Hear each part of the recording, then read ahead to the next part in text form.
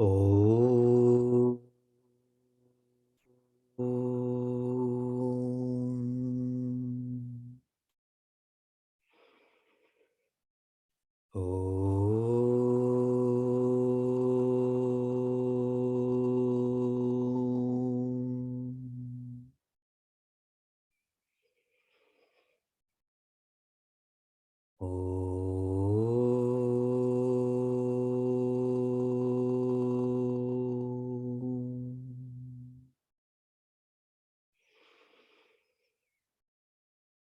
Satchidanandarupaya Vishvotpatyadihetave Tapatraya Vinashaya Shri Krishnaya Vayam Numaha.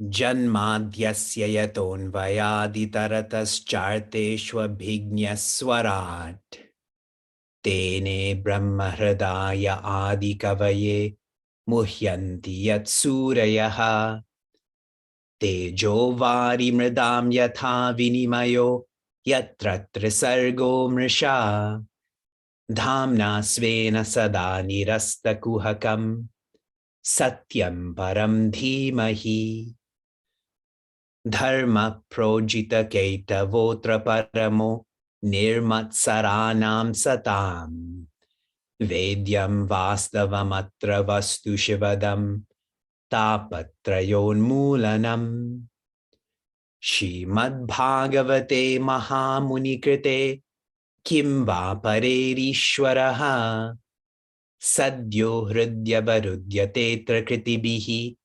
Shushrushubistatkshanat. Hari Om and greetings from Niagara Falls. Who is God? What is Bhagavan? I've forever shared with all of you that divinity is in the details. God, Bhagavan, is to be understood and appreciated as having 5 functions. These are Srishti, to be the creator, Sthiti, to be the controller, Samhara, to be the consumer, Nigraha, to be the corrector, and Anugraha, to be the conserver. Now, if you reflect on your life in terms of creation, controlling, consuming, correcting, conserving, has all of this been done to you? Has all of this been done for you? This has. So who is God? All is God. What is God? All is God. I believe it's Sri Tulsidasa who uses how Bhagavan Rama lived in Chitrakuta for some time. And the river that flows near there is Mandakini. So Sri Tulsidasa shares, the Mandakini is our Katha. Whether Ramayana, Mahabharata, Bhagavatam, that river is a Katha. So now we're accessing Mandakini, yes? And Chitrakuta is Chitta Shuddhi. Where this river flows, that's Chitrakuta. Where this Katha is reflected upon, there is a purification of our personality. These details facilitate divinity. I especially acknowledge, appreciate this truth because today we celebrate Puja Swami Tapovanam's Mahasamadhi Dina. Today, January 16th, the Sadguru of Puja Swami Chinmayananda, he left his body. It's not that his body left him. For us, our body is in control of us. For him, he was in control of his body and he left his body. We are all most bhagya.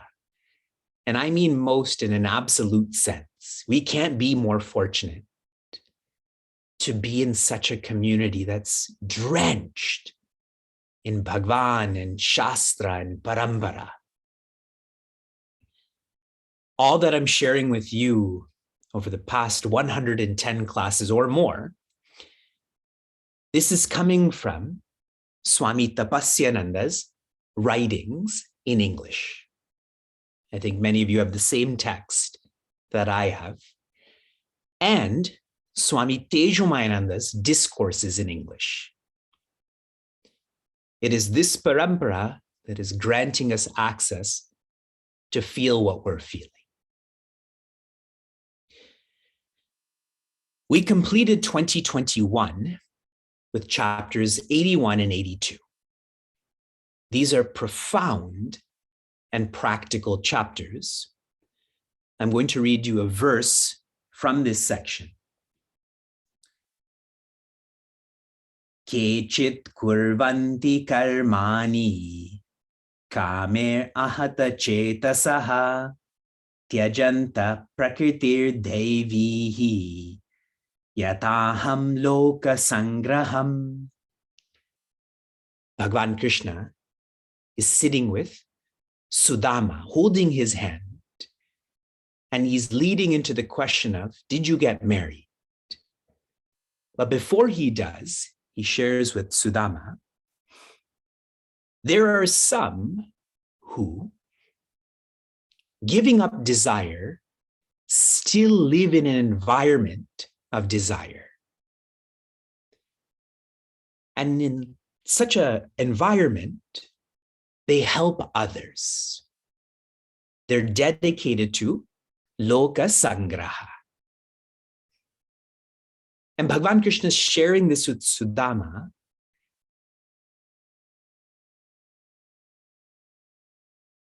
indicating to him that we both studied in the Gurukula, and I'm still living in the Gurukula. My environment may have changed, the context, but my content has not. I'm still practicing not having desires. I'm still dedicating myself to that which is higher. Why would one live like this? How can one live like this? It is only because of the Guru. I had read to all of you a long portion where Bhagavan Krishna shares so many practices that people engage in.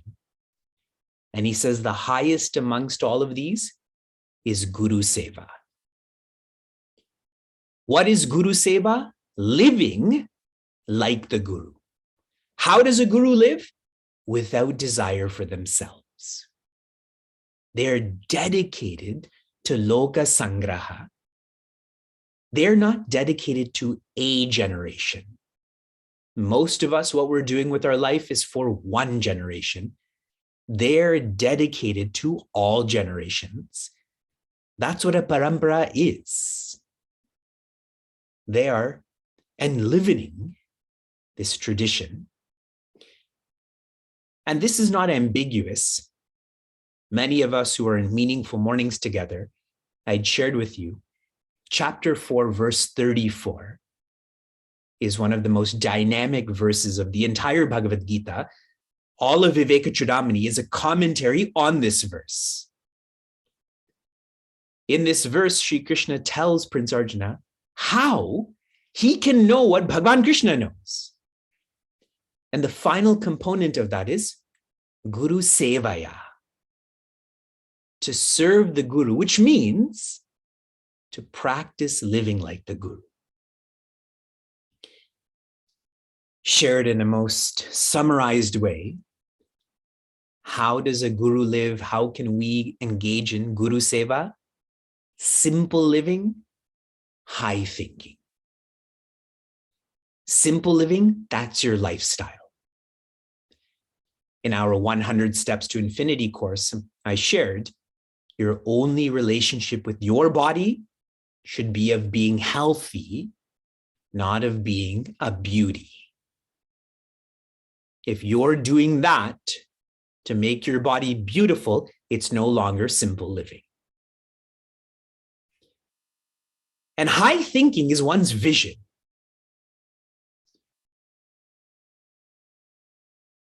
Whenever we go deeper into ourselves, we go deeper into others. The more I come to understand and appreciate my mind, the more I come to accept your mind. Why has 2020 and 2021 been so difficult for us? For most of us, it's not COVID. For most of us, it's our relationships. We don't have an outlet to escape, so our relationships are becoming harder and harder and harder. But the more you know your mind, the more you will expect less and accept more. That's what high thinking is. Another lovely verse from this section. Patram pushpam phalam toyam yo me bhaktya prayachati tadaham bhaktya upahritam ashnami prayatatmanaha. Have you heard this verse before? This is the only verse that I've come across thus far that is directly from Bhagavad Gita or the other way around. This exact verse is in chapter 9, verse 26. And maybe you can act this out for me. The Sanskrit is difficult, so please act it out with your hands. Patram, show me what a patram is. Yes, a leaf. Pushpam, a flower. Some of you are named that. Phalam, what you shouldn't be eating right now during class, a fruit. Toyam, water. Yo me bhaktya prayachati. Whatever one offers, here he describes this as, and I don't know if you've noticed this, all of this is singular. How many leaves do you have to offer? One. I can only imagine the budgets, leave alone weddings and flowers relating to that, but even our own mandars, the budgets involved just with flowers. When all of that can be shared to feed those who are hungry, correct? It says pushpam. Pushpam is singular, not pushpaha, which means multiple. Phalam, toyam, whatever one offers with devotion. Tadaham bhaktya upahritam. I focus on the devotion, not on the dravya, which is the material. Ashnami prayatatmanaha. I accept this wholly. Bhagavan Krishna is sharing this with Sudama. And he's sharing this because he's trying to compare Sudama's wife, a name of hers is Sushila, and him. Sushila wants Bhagavan Krishna for bhukti. Bhukti means pleasure, for her, possession. To ask Bhagavan for bhukti is quite ordinary. What does Sudama want Bhagavan Krishna for? Not bhukti, but bhakti. Not bhukti, which is ordinary, but bhakti, which is extraordinary. And what's extraordinary about this is that bhakti includes bhukti. If you get the higher, doesn't the lower come with that? right?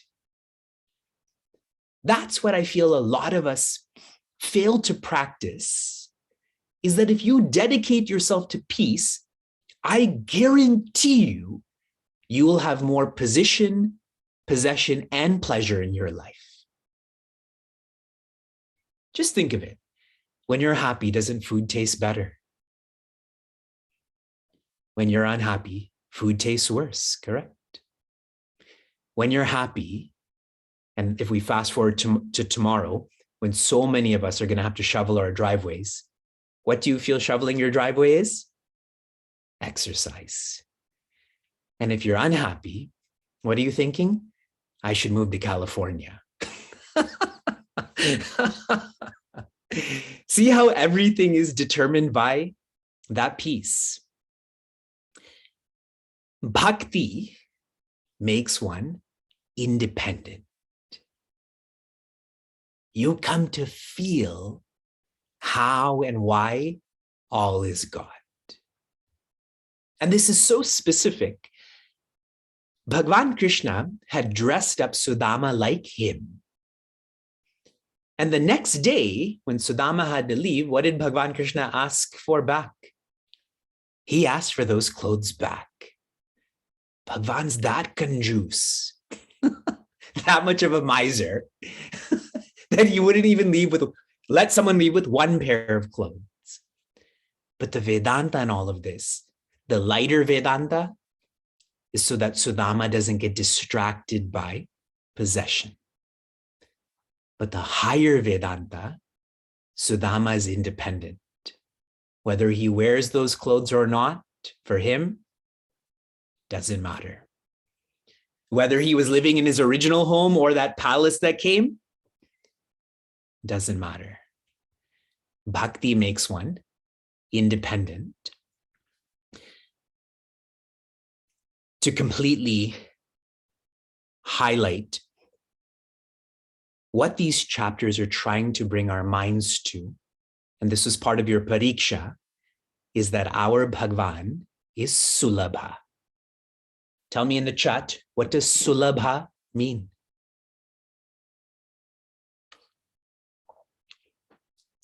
Easy to please, accessible, all correct words. The literal meaning is easy. It doesn't sound too pleasant. Our Bhagavan is easy. The better word is accessible, available. And what Swami Tapasyananda writes, Bhagavan feels that what he gives us is trifling. I think I pronounced that correctly, trifling. That he gives and gives and gives, and Bhagavan feels like he never gives enough. And whatever we give is matchless, is incomparable, even if it's a spoon of water, or in Sudama's case, some dry rice. So practice Bhagavan being Sulabha. It is not about the dravya, it is about the bhakti. We continue to chapter 83. And I had shared with all of you that this is a special chapter because Bhagavan and so many important people meet again. I shared that incorrectly. I meant chapter 82. So I earlier also was incorrect. So 80 and 81 is about Sudama. Now we're on chapter 82, okay? 80, 81, that was about Sudama, which I just summarized. Now we're on 82, and Bhagavan is about to meet, after a long time, the gopis. I'm reading to all of you the 21st verse. 10:82:21. This is Bhagavan Krishna's father, Vasudeva, who's speaking to his sister, Devi Kunti. Amba masmana suyetha deva kridana kanaran Ishasya hi vashe lokaha kurute karyate tava. Shri Vasudeva shares with Devi Kunti, please don't criticize us. We are all toys in the hands of God. Sometimes Ishvara brings and sometimes he takes. This is what he shares with Devi Kunti, because she's essentially complaining that Shri Vasudeva's life has been so easy and her life has been so hard. Has his life been easy? His children were murdered. But Devi Kunti, at least her children are alive. They may not get along well, but at least they're alive. And I highlighted this verse because I feel we all feel like Devi Kunti. Why is this happening to me in reference to another person's life? And he's sharing, we've accepted that all of this is Deva Krida. And not an ordinary Deva, it is Krishna Krida. I'll explain more. This chapter begins with the forecast of an eclipse happening. In our culture, an eclipse is symbolic for tamas, or ignorance. Naturally, the sun is a symbol for knowledge. We all know that. Then an eclipse would be a symbol for ignorance. And that's why during an eclipse, we always shelter. You're supposed to stay in your home. You're supposed to stay in your puja area. Correct? Not stare at the sun without protective lenses, like certain personalities in America have done. And after the eclipse, what do? You have to freshen up. You have to bathe, you have to contemplate. The idea is to shelter from tamas and to embrace sattva. This is quite meaningful, no? This eclipse was forecasted to be long. And so, as soon as the eclipse was over, everyone wanted to engage in more purification. So they went to a place called Syamanta Panchaka. Syamanta Panchaka. What is significant about this is where Bhagavan Parashurama went after he had started to destroy the Kshatriyas. He went there to purify himself. So in this area that is known for purity, the people from Dwaraka, that's where Bhagavan Krishna is, Hastinapura, that's where Duryodhana is, Indraprastha, that's where the Pandavas are, and Vraja, that's where the gopis are. They all came together for this purification, for this festival. And that's where Shri Vasudeva and Devi Kunti are meeting, their brother and sister, and they're talking like this. There's more to this chapter, but I want to highlight some of the Vedanta. The notion of doership, that is an expression of ego. Everyone acknowledges that. None of you are new to Vedanta. Is the ego real or unreal? Real or unreal? It's unreal. Then any notions that come from this unreal entity, then what should they be? They should be unreal too, correct? If the source is false, then the symptoms should be false too. The ego feels, I am doing, and so I deserve, and that's why Devi Kunti is complaining. I don't deserve this. You see that subtlety of that doership? For us, how do we start to dismantle this intense identification with free will? I am the doer. It is to accept and adapt. Please remember those two words. All that happens to you is Deva Krida or Krishna Krida. This is Hari Icha, God's will. If it doesn't happen to you, that's also Hari Icha, God's will. So knowing all of this is being directed to you by Bhagwan. That's a form of prasad then, no? And what should our relationship with prasad be? Accept. Now there's a danger here. Accepting means becoming complacent, correct? There's racism. We should just let it be. Adapt. Adapt here means you ensure that your acceptance is filled with cheer. And that you're sharing that cheer also. Racism is not cheerful, so we have to work on that. Violence is not cheerful. One has to work on that. For you, for the community. Accept and adapt. The chapter continues with then Sri Vasudeva going to Sri Nanda and tearfully offering his gratitude to Sri Nanda. They haven't seen each other for so long. Why? Because Sri Nanda protected Bhagwan Krishna. Imagine the sacrifice that Sri Nanda went through where there was constant threat of murder. Why? Because of this foster child. And Devi Rohini and Devi Devaki, they go to Sri Yashoda. They call her the Queen of Vraja. We never think of Devi Yashoda as a Rani, but she is. And they shared the same with her that our children, Sri Balarama, Sri Krishna, are only alive because of your sacrifice. And they use four very powerful words that I'm sharing with you.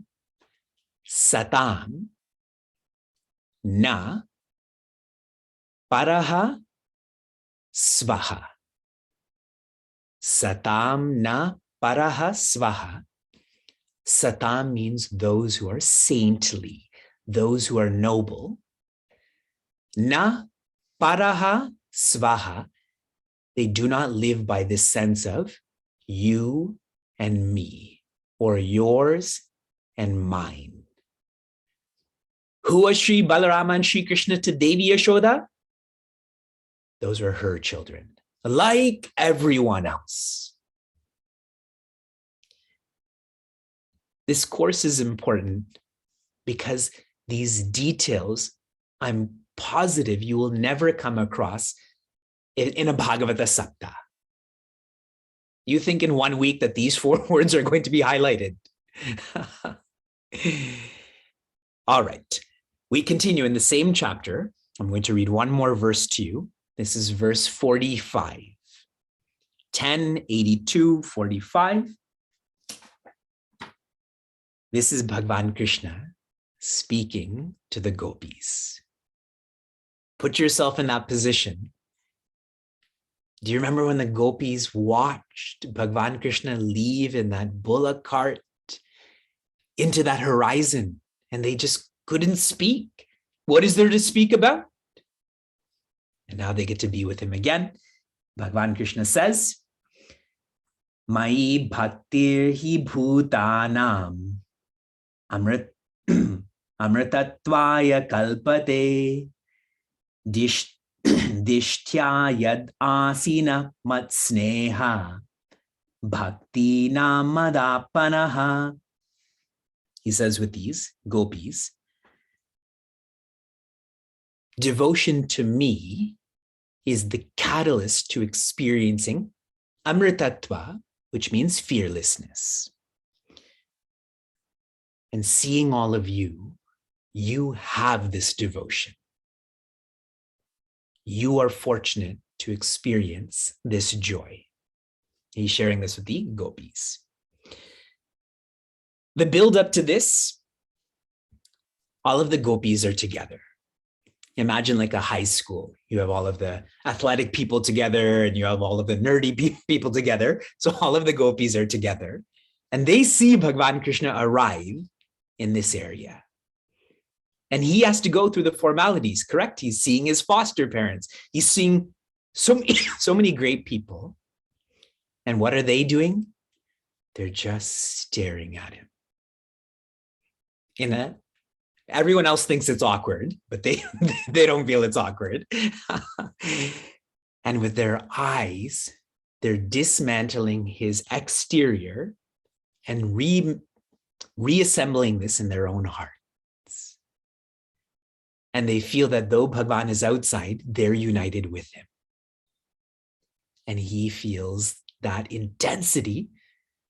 So eventually, after all of those formalities, he meets the gopis in private. That's specifically shared because other people will be jealous then, correct? So he meets with them in private and he asks how every one of them is doing. Asks about their welfare. Are you eating? Are you sleeping? And then he embraces every one of them. This exchange is so sweet, how they were staring at him, how Bhagavan asks about them. And then he starts to teach them. Very little did Bhagavan teach the gopis while he was living with them. But here, it's almost like instead of them being Sakhya, they become Dasya. They're not friends, or in this case, a spouse, they become students. And he shares with them, this is all of the Vedanta for us to reflect upon. I only left all of you because I was compelled to protect you. They feel that he left because he was fascinated by the big city. But he shares very distinctly, I was compelled to leave to protect you. Because imagine a disease in an urban area. Doesn't that eventually filter to a rural area too? So you have to go to where that disease is and cut it. And that's what he did in Mathura. He shares, providence is a word for fate, destiny, etc., is responsible for uniting and separating people, just like the wind does with nature. On a windy day, sometimes leaves come together and sometimes they're separated, correct? That's what fate, destiny, providence does for people. If someone comes into your life, what should you feel? Hari Ichha. And they will leave your life, or you will leave their life. Hari Ichha. Please try to remember that. The next time someone comes into your life or leaves your life, remember the wind and leaves. That's how to inhibit raga or attachment. What Pujya Swami Chinmayananda used to teach his students, that when you go to someone's home, tell them as soon as you come into their home that I've come to leave. I have come to leave for two reasons. Number one, you should be clear that you're not supposed to live here. You are temporarily here, then you have to keep moving. And so they also know that you're leaving. Otherwise, that attachment is so natural, correct? Whenever we have people who are more fun than me that come to our home, then our kids will always ask, when are you leaving? See, they mean we don't want you to leave, but see how they say, when are you leaving? The final thought that Bhagavan Krishna shares here, and this is authentic, deep Vedanta. He says, I am the Jagat and I am the Jiva. I am the Jagat, so where you live, referring to the gopis, where I live, that is Dwaraka, that's all me. and I am the jiva. I am the one who lives there. So have I left Vrajabhumi? I am Vrajabhumi. Have I left you? I am you. The one who is the jiva and jagat is Jagadishvara, correct? Bhagavan is openly sharing, I am you, Atman. I am Brahman. This is such an amazing portion of Bhagavatam that I'm highlighting here, because the only way to deal with missing another is through adhyatma jnana that Bhagavan has shared here.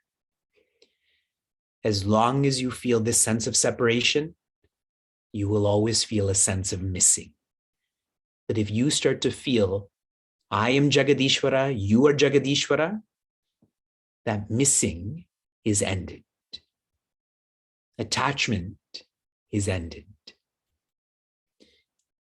The gopis, they listen to this shiksha because they are shishyas. And what is shared later on is they never miss Bhagavan again.